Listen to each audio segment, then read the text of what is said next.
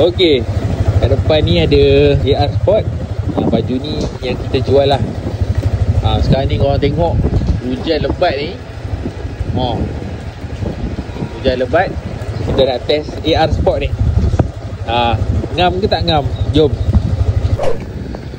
Okey, kita dah sampai dekat pasar malam. Sekarang ni pukul berapa sekarang ni? Dalam pukul 5 suku lah. Kita tengah pakai.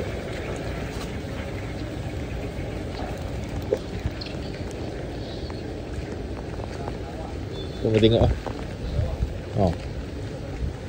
Jom. Ni pukul 5 suku kan. Kita tengok berapa lama. Okey, kita jalan barang pun dah beli.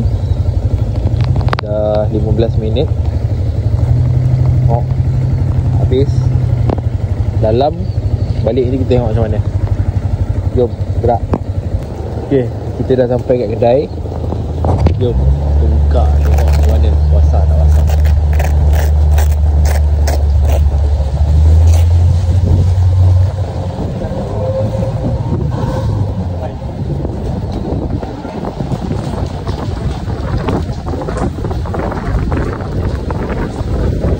Kering guys. Kering. Dia cakap AR Sport ni nak pakai hujan-hujan tak ada hal.